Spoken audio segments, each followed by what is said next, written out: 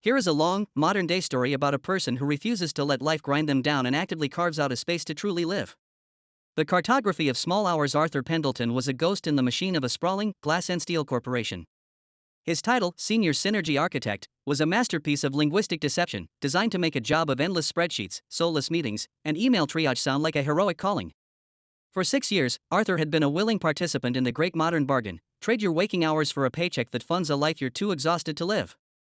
His life was a monochrome of beige cubicles, the hum of fluorescent lights, and the faint, metallic tang of recycled office air. He was good at his job, which was part of the problem. His competence was a magnet for more work, a treadmill that sped up the moment he found his stride. His manager, a man whose entire personality was a performance review, spoke in acronyms and platitudes, viewing Arthur's quiet efficiency not as a virtue, but as untapped capacity to be exploited. The breaking point didn't arrive with a dramatic shout or a tearful resignation. It came on a Tuesday, at 3:47 p.m., in the middle of a 47-slide presentation on leveraging vertical integration for maximized Q4 output. The presenter, a visiting VP with teeth too white to be natural, was using a laser pointer to trace a graph that looked like a ski slope going off a cliff. Arthur felt a sudden, profound disconnect. He was a man of reasonable intelligence, capable of kindness, curiosity, and awe, yet he was sitting in a dark room, watching a stranger enthusiastically chart the course of his own corporate obsolescence. He thought of a line from a poem he'd read in college: "The mass of men lead lives of quiet desperation." He looked around the room. This wasn't quiet.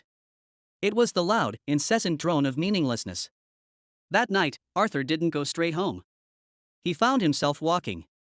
He walked past the crowded bars with their manufactured revelry, past the gyms where people ran in place on machines, staring at television screens, and past the high-rise apartment buildings that glowed with the blue light of 1,000 other screens. He walked until the city's roar softened into a murmur and the buildings gave way to trees. He found himself in a small, forgotten park, a patch of wild green amidst the urban sprawl. He sat on a bench and, for the first time in years, did nothing. He didn't check his phone. He didn't plan his next day. He just sat. He watched an old woman carefully scatter breadcrumbs for a flock of pigeons, her movements slow and deliberate. He saw a young couple trying to fly a kite that stubbornly refused to catch the wind, their laughter echoing through the twilight. He watched a single, perfect sycamore leaf detach from its branch and spiral down to land at his feet. He picked it up. It was a masterpiece of natural engineering, its veins a delicate roadmap, its edges tinged with the first blush of autumn. He felt a pang of something he couldn't quite name, a mixture of grief for the time he'd lost and a fierce, surprising joy at the simple beauty of this one, insignificant leaf. It was, he realized, the most real thing he had held in months. This was the seed. The quiet revolution began not with a grand gesture, but with a single, deliberate act. The next morning, Arthur woke up an hour earlier. He didn't check his email. He made a pot of real coffee, grinding the beans by hand, savoring the rich, earthy aroma. He sat by his window and watched the city wake up. It felt illicit, this stolen hour, a secret pocket of time that belonged only to him. At work, he began to erect small, invisible walls. He stopped answering emails after 6 p.m. He blocked out focus time on his calendar, not for work, but for a 15-minute walk outside. He began to say no. Not aggressively, but firmly. "I'm at capacity for this project," he would say, the words feeling foreign and powerful in his mouth. His manager was initially baffled, then annoyed, but Arthur's work, when he did it, was still of high quality. He was simply no longer offering his soul as a free add-on. The real change, however, was in his hands. Arthur discovered the profound, meditative power of making things. It started with cooking. He had always seen food as fuel, a necessary pit stop between tasks. But now, he approached it as alchemy. He learned to make pasta from scratch, his hands coaxing a silky dough from flour and eggs.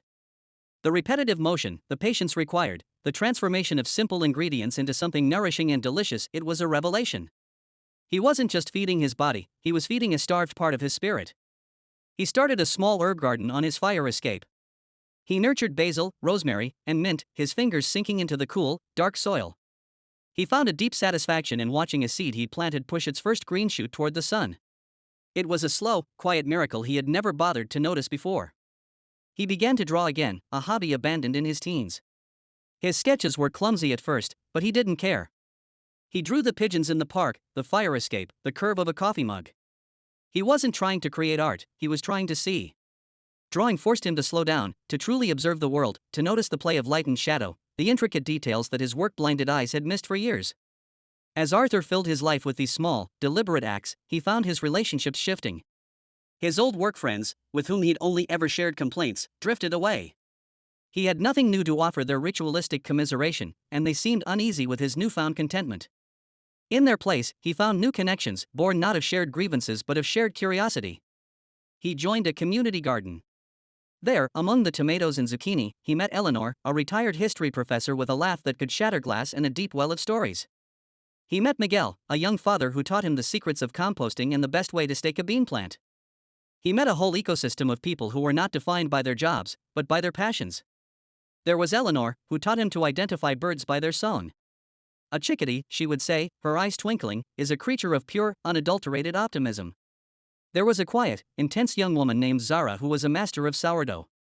She taught him the science of fermentation, the patience of waiting, and the magic of pulling a golden, crackling loaf from the oven. He learned their stories, their joys, their quiet heartbreaks, and he shared his own.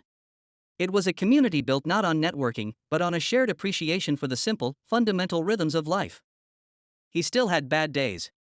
The machine still hummed, and his boss still spouted acronyms. There were moments when the pull of the old life, with its promises of promotions and pay raises, felt strong. But now, he had an anchor. He had the memory of a sycamore leaf, the feel of dough beneath his hands, the sound of a chickadee's call. One Saturday, Arthur hosted a small dinner party. He spent the entire day preparing. He made pasta, a slow-simmered ragu, a salad from his garden. He set the table on his tiny balcony, weaving fairy lights through the herb pots. His guests were Eleanor, Miguel, and Zara. As the sun set, painting the sky in shades of orange and purple, they ate and talked and laughed. They discussed the best way to roast a chicken, the surprising intelligence of crows, and the poetry of Mary Oliver. No one checked their phone. No one mentioned work. Arthur looked around the table. He saw the warm light on his friends' faces, the empty plates, the overflowing glasses of wine. He smelled the basil and the fresh bread. He felt the slight chill of the evening air on his skin. This, he realized, was it. This was the human experience. It wasn't a destination or a title or a number on a bank statement. It was this, a collection of small, beautiful, deliberately chosen moments. It was the taste of good food, the sound of genuine laughter, the feeling of connection, the simple act of paying attention.